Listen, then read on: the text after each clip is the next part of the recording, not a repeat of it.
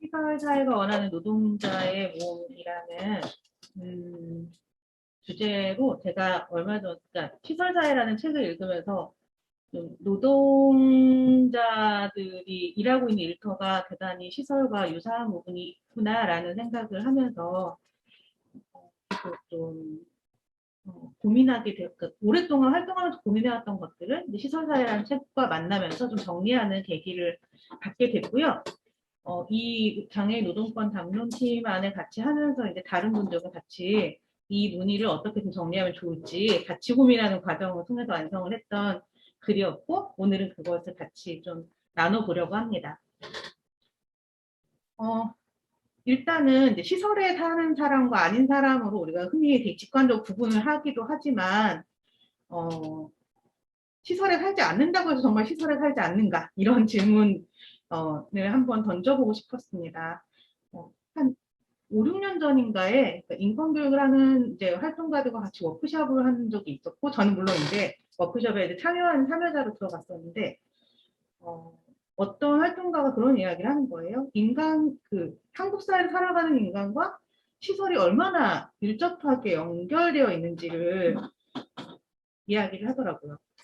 우리가 산부인과라는 병원이나 이렇게 조산원 이런 데서 태어나서 산후조리원에 가서 이제 엄마와 아기가 같이 몸을 서로 좀 이렇게 하고, 그 다음에 어린이집, 유치원, 뭐 초등학교부터 중학교, 대학교까지 여러 교육기관을 거치고, 그 뒤에 이제 다양한 일터들을 경험을 하고, 그리고 이제 건강을 잃게 되면 병원에서 치료를 받다가 장례식장에서 이제 장례를 치르는, 일생을 거쳐서 얼마나 많은 이런 기관들과 시설들을 거쳐가는가. 근데 그곳이 얼마나 거주시설이나 수용시설과 다르다고 말할 수 있을까?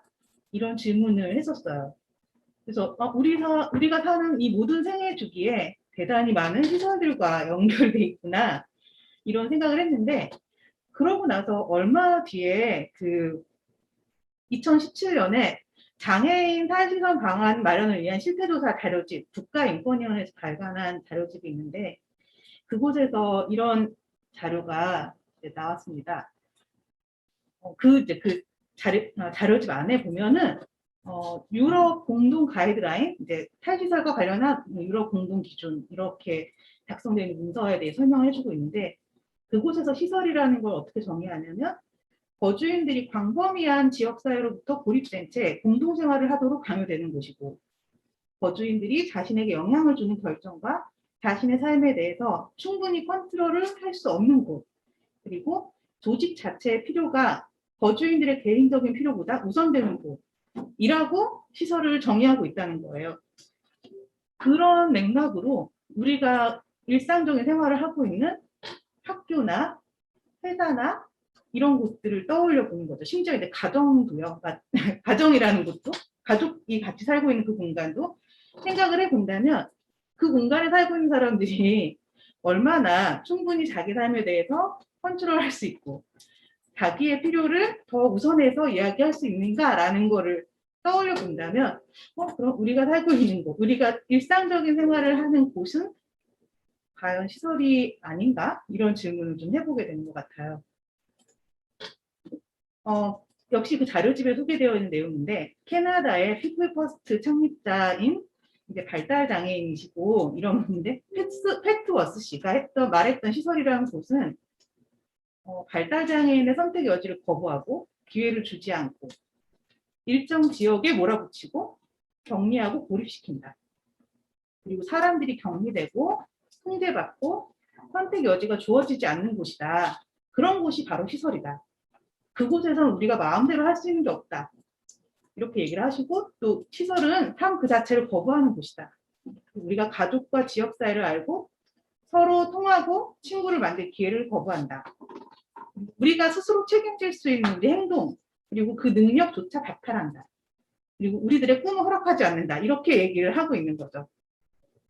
그리고 유사하게 미국에서 이제 미국에 있는 어떤 활동가들이, 단체들이 정의한 시설이라고 하는 정의도 몇 가지 쭉 나와 있는데요.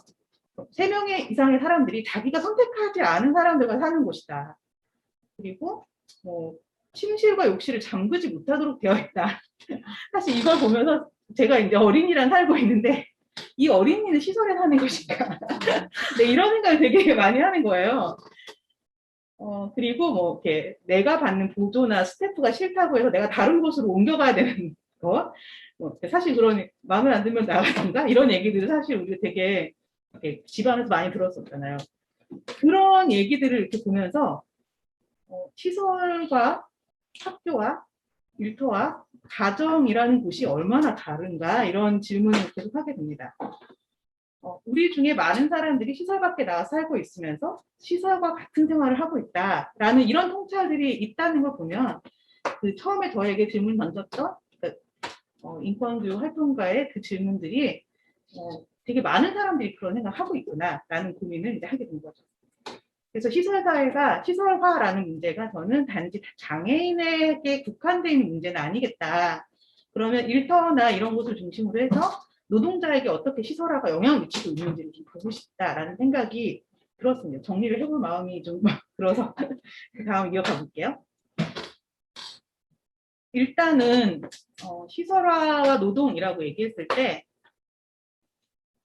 통제 가능한 존재, 관리하기 편한 존재가 수용되어야 하는 곳으로 사실 시설이 많이 혼용된다는 그 얘기를 좀 해보려고 합니다.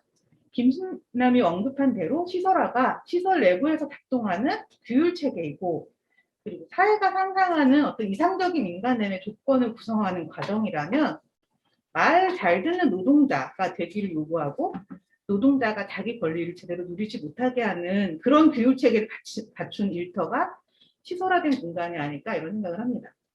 노동자가 느끼지 못하게, 꿈꾸지 못하게, 관계 맺지 못하게 만드는 그런 일터에서 노동자들은 스스로 어떤 것을 욕망하는지, 타인과 어떻게 관계를 맺고자 하는지를 생각할 기회조차 차단당하고 있다고 생각합니다.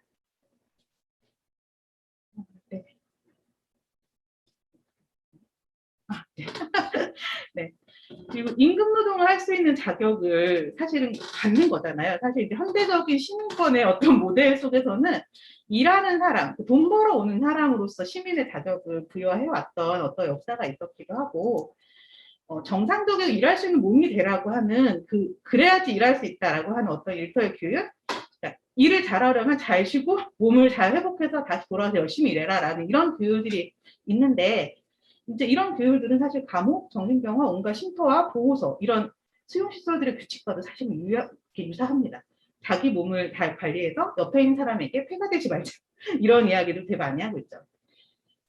그리고 이 사회가 청소년들에게 거창한 장래희망, 근데 그것도 사회가 용인한 어떤 욕망을 품게 하는데 각자의 욕망과 삶의 방향을 제대로 좀 탐구하고 모색할 기회를 주지는 않고 있죠. 그런 교육을 하는 학교나 가정의 교육도 역시 이런 방식의 말 잘 듣는 노동자, 시민이 되도록 하는 강요 시스템이 아닌가 이런 생각을 합니다. 그래서 그 장시간 노동이 인권 침해라고 얘기를 하는 맥락하고 비슷하게 성공과 부를 향한 목표를 이루기 위해서 공부를 많이 하는 것, 장시간 학습을 하는 것은 그렇게 문제가 되지 않아요. 공부 중독이란 말 들어보셨나요? 그러니까 그런 것은 문제가 되지 않지만 게임 중독이라든지 뭐 이녀짓, 뭐 쓸데없는 짓 이런 식으로 뭔가 사회가 중요하게 생각하는 일이 아닌 다른 일을 했을 때 그 일에 대해서 되게 쉽게 평화되는 평가를 받게 되죠. 그러니까 당장의 성과를 만들지 못하면 비효율적인 사람이라고 평가받는 것이죠. 이 사회가. 그런 사회에서 정상성은 생산성을 확보한 몸이고 그 자체, 생산성을 확보한 그 몸 자체가 바로 정상성이 아닌가 이런 생각을 합니다. 그래서 일터에 맞는 몸이란 것은 그렇게 생산성을 위해서 이렇게 통제할 수 있는 몸, 그리고 이런 규율에 따라서 관리하기 쉬운 몸, 그리고 말 잘 듣는 그런 존재, 이것이 이제 일터에 맞는 몸이라고 할 수 있죠. 그래서 대부분 일터에서 노동자는 일터의 어떤 문화와 규율에 적응할 것을 요구받습니다. 내 삶에 대한 계획을 세우고 일상을 꾸리기 위한 선택과 기회를 제대로 얻기 어렵죠. 그리고 많은 노동자들은 자존심은 집에 고이 모셔두고 오라고 하는 요구를 받으면서 출근을 합니다. 네. 근면 성실하고 상사하고 회사의 명령을 잘 수행하는 것은 노동자의 중요한 덕목으로 여전히 작동을 하고 있죠. 사실 이거 조금만 바꿔서 생각을 해보면 이제 어린이들을 우리가 어떻게 키우는가를 생각해보면 좋을 것 같아요. 그러니까 어린 존재들한테 착한 아이가 되라고 얘기하는 일이 되게 많은데 그 말은 그냥 내 말을 잘 들으란 말이거든요. 사실은. 그래서 또 많은 그 기업과 회사가 창의적인 인재를 원하지만 그의 창의적인 역량이 일터의 규율을 벗어나는 것까지 용인하지는 않아요. 그러니까 저는 이 얘기를 하면서 그것이 또 그런 말이 떠올랐는데 오빠가 허락한 페미니즘? 네. 회사가 허락한 범위 안에서 창의성이 발휘가 돼야지 이 창의성이 회사가 용인하기 어려운 부분까지 넘쳐나는 것에 대해서는 인정하지 못하는 거죠. 창의적으로 조직이 원하는 가치를 더 많이 창출하지만 조직을 위협하지는 않아야 합니다. 그래서 모난돌이 정을 맞는 것처럼 조직이 이제 허용한 경계를 넘어서려고 했다가는 그 경계 밖으로 내몰리는 현실이 씁쓸하지만 사실이죠. 그리고 이제 요즘 저는 전업활동가라고 하기도 애매하고 전업주부라고 하기도 되게 애매한 어떤 정체성을 가지고 있어요. 그래서 어딘가에서 활동비나 뭐 임금을 받지 않으면 제가 집에서 노는 것 같은 느낌이 들 때가 있고 열불어져 있는 집을 보면 아무 일도 안 하는 것처럼 막 이렇게 이런 것처럼 생각이 된단 말이죠. 그런데 저는 사실 책도 읽고 이렇게 활동도 하고 뭐 글도 쓰고 이런 다양한 일들을 같이 병행하고 있잖아요. 그런 상황에서 제가 단지 임금을 벌어오지 않는다는 것 때문에 내 경력이라든지 커리어라고 하는 것을 어디서 어디까지를 말할 수 있을까 하는 질문을 되게 많이 하게 됐습니다. 그래서 얼마 전에 제가 이제 남편하고 약간 그 경제적인 권한에 대한 약간 긴장 상태 이런 거에 있는데, 예.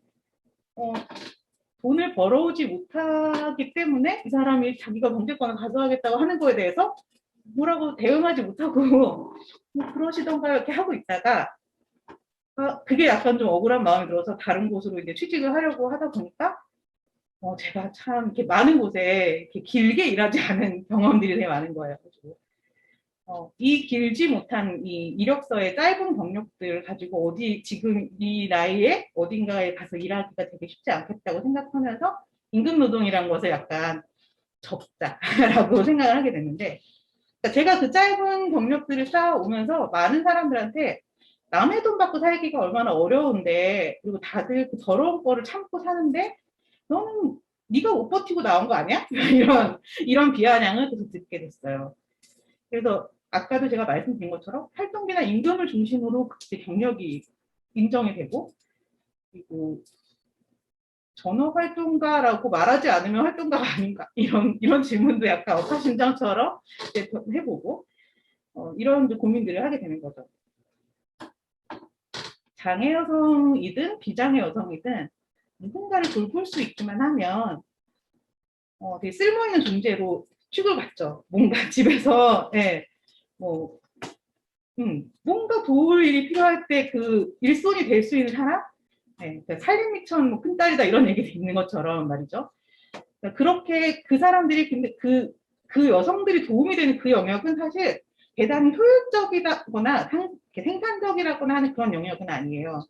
그러니까 일단 이 쓸모라는 말에 대해서 먼저 조금 좀 부가적인 설명을 좀 하자면, 제가 생각할 때는 쓸모라는 것은 인간에게 쓸 수 있는 말은 좀 아닐 수 있지 않을까. 대단히 물건에게 쓰는, 사물에게 쓰는 속성이 아닌가 이런 생각을 하고 있는데, 그러니까 원래는 이제 쓸모 있는 존재라고 하면 뭔가 생산하는데 도움이 되는 것 이런 것이지만, 사실 이게 이제 인간에게 쓸모 있는 존재다라고 얘기했을 때는 아주 필수적이고 필요한 것이다라고 얘기하는 그것까지는 아닌 것 같다는 생각이 들어요.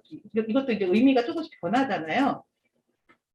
예컨대 이런 걸 떠올릴 수 있을 것 같은데, 작업장에서 일하고 있는 장애인의 경우에도 좀 비슷한 것 같습니다. 작업장을 유지하는데 그 일정한 기여를 하기 때문에 쓸모 있는 존재가 되는 거예요. 작업장에서 말하자면 아까도 이제 태연 동지가 계속 얘기하셨지만 그 작업장 안에서 부여되는 일은 대단히 단순한 노동이지만 그 노동을 잘하는 노동자들이 있잖아요. 그 사람들이 여기서 일을 잘하고 있으면 다른 어떤 시설이 아닌 세계 노동이라고 하는 곳으로 영역을 넓혀서 찾아가야 되지만 대부분 나가기가 어렵기도 합니다. 장애인은 나가서 다른 경험을 하고 싶어 하지만 시설도 내보내야 되지만 사실 이렇게 같이 일하는 것이 시설에게는 조금 더 좋은 것일 수 있고, 이런 순환이 반복이 될수록 장애인 노동자는 저임금의 굴레를 벗어나기도 어렵고 다른 노동을 경험할 기회나 더 다른 숙련된 어떤 경험을 하는 과정으로 들어서 기회를 박탈당하게 되는 거죠. 보호작업장에서 일하는 이 장애인들이 단순한 노동을 하고, 그리고 아까도 말한 것처럼 파편화된 노동이라고 표현을 하고 있는데, 그 장면을 좀 상상을 해보면 찰리 채플린의 영화 모던 타임즈가 떠오르는 거죠. 이렇게 나사를 조이는 어떤 행동을 계속 하느라고. 그렇게 단순한 동작이 반복되는 작업을 장애인 노동자들이 매일 할당을 받습니다. 근데 이 방식은 장애인 노동자들에게만이 아니고 비장애인 노동자들도 많이 이렇게 하고 있습니다. 노동자들은 왜 그런 노동을 할 수밖에 없는 걸까?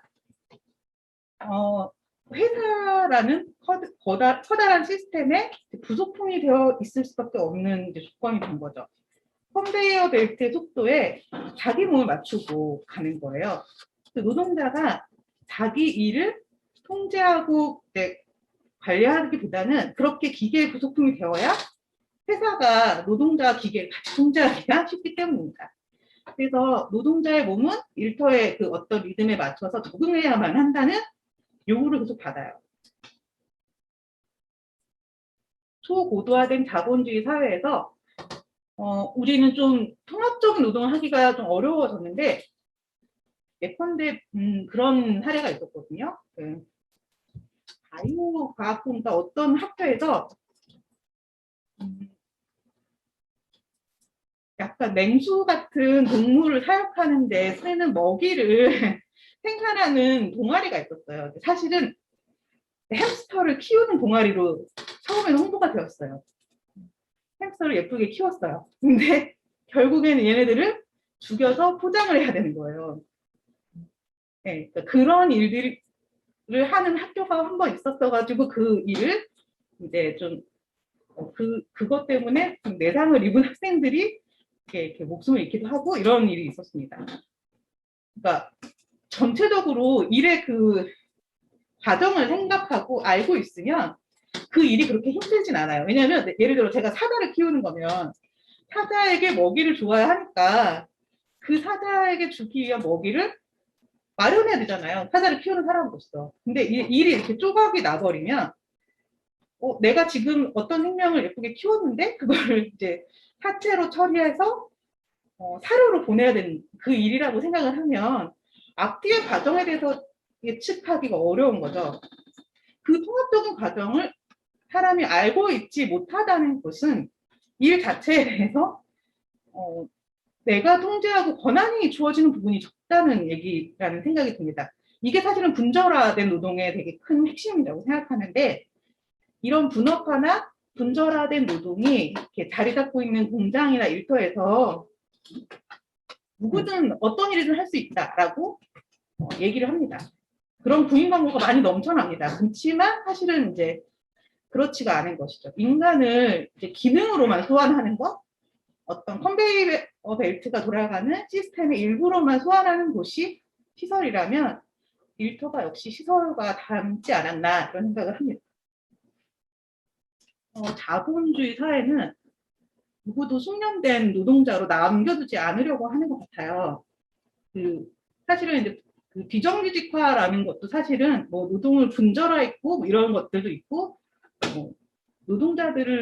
노동자의 삶을 책임지지 않으려고 하는 어떤 통제 전략이기도 하겠지만, 어떤 면에서는 누구나 단순 노동을 하는 사람으로 만들고 누구나 통합된 사고를 하지 않는 노동자로 만들기 위한 어떤 전략일 수 있다는 생각이 많이 듭니다.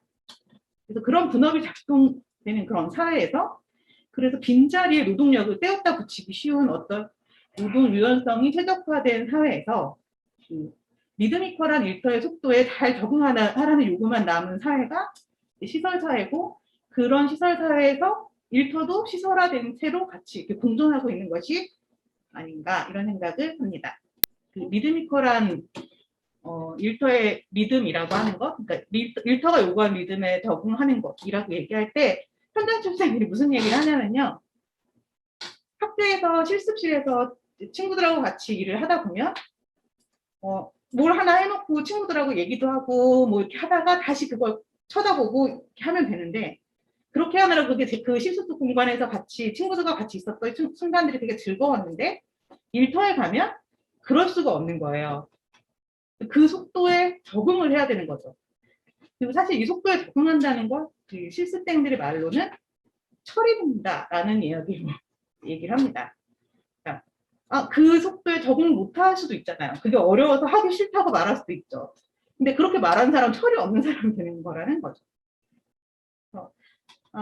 그런 이제 리듬을 강요한다라고 하는 맥락이 어떤 방식으로 노동자들이 이렇게 언어화하는가라는 걸 좀 보여드리고 싶어서 자료집에 약간 보충을 했는데 그걸 제가 빼먹었습니다.